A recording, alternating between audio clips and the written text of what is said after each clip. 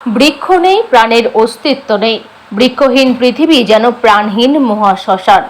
অফুরন্ত সৌন্দর্যের এক মধুর নিকুঞ্জ আমাদের এই পৃথিবী। এই পৃথিবীকে সবুজে শ্যামলে ভরে দিয়েছে প্রাণদায়ী বৃক্ষরাজি। এই বিশ্বকে সুশীতল ও বাসযোগ্য করে রাখার ক্ষেত্রে বৃক্ষের অবদান অনস্বীকার্য। আবার মানুষের সুন্দরভাবে বেঁচে থাকার জন্য যেসব মৌলিক চাহিদা রয়েছে তার অধিকাংশই পূরণ করে বৃক্ষ। তাই মানব জীবনে বৃক্ষের প্রয়োজনীয়তা অপরিসীম। দাও ফিরিয়ে সেই অরণ্য, লও এ নগর। কবিরে আরতি আজ অরণ্যে রোদনে পরিণত হয়েছে। গাছ আমাদের পরম বন্ধু।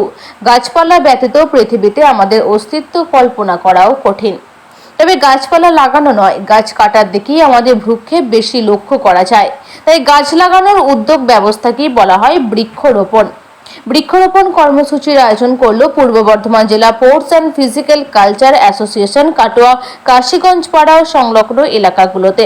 খেলোয়াড়রা বৃক্ষরোপণ কর্মসূচিতে অংশগ্রহণ করে 40টি গাছ রোপণ করা হয়।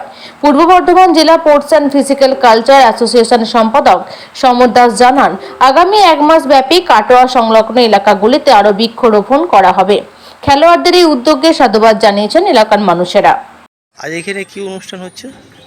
পূর্ব বর্ধমান জেলা স্পোর্টস অ্যান্ড ফিজিক্যাল কালচার অ্যাসোসিয়েশনের পরিচালনায় যে সকল আমাদের খেলাধুলা ক্যাম্পগুলি চলে, সেই সকল ক্যাম্পের খেলোয়াড়রাই এই অনুষ্ঠানটি করলো। বৃক্ষরোপণ কর্মসূচি আজ শুরু হলো। এটা 1 মাসব্যাপী কাটোয়া এবং তৎসম অঞ্চলগুলিতে 1 মাসব্যাপী এই বৃক্ষরোপণ কর্মসূচি বিভিন্ন জায়গায় চলবে। আমাদের উদ্দেশ্য খেলাধুলা করে যেমন নিজের শরীরকে সুস্থ রাখতে হয়, তেমনি গাছ লাগিয়েও আমাদের এই পরিবেশকে সুস্থ রাখতে হবে। এই উদ্দেশ্য নিয়েই আমাদের খেলোয়াড়রা বিভিন্ন জায়গায় গাছ লাগাচ্ছে। আমি খেলোয়াড়দের অসংখ্য ধন্যবাদ জানাই যে তারা এই উদ্যোগটা গ্রহণ করেছে। খুব ভালো যে আগামী দিনে আরও জায়গায় আমরা গাছ লাগাতে চলেছি এবং গাছ লাগাবো।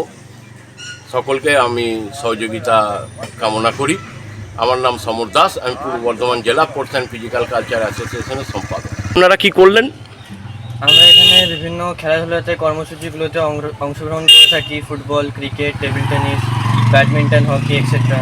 তো এখানে খুব কম পরিমাণে গাছ আছে যেগুলো এই শব্দ দূষণের তাছাড়া বায়ু দূষণ ইত্যাদি রোধ করার জন্য, মুক্ত বাতাসের জন্য, যাতে সমস্ত খেলোয়াড়রা ঠিকমতো খেলতে পারে বা বিশ্রামের জন্য কোথাও গাছের ছাওয়ায় এই রোদ গরমে বসে হাওয়া বা নিঃশ্বাস নিতে পারে, এই জন্য আমরা এই অংশগ্রহণের জন্য বৃক্ষরোপণ করছি।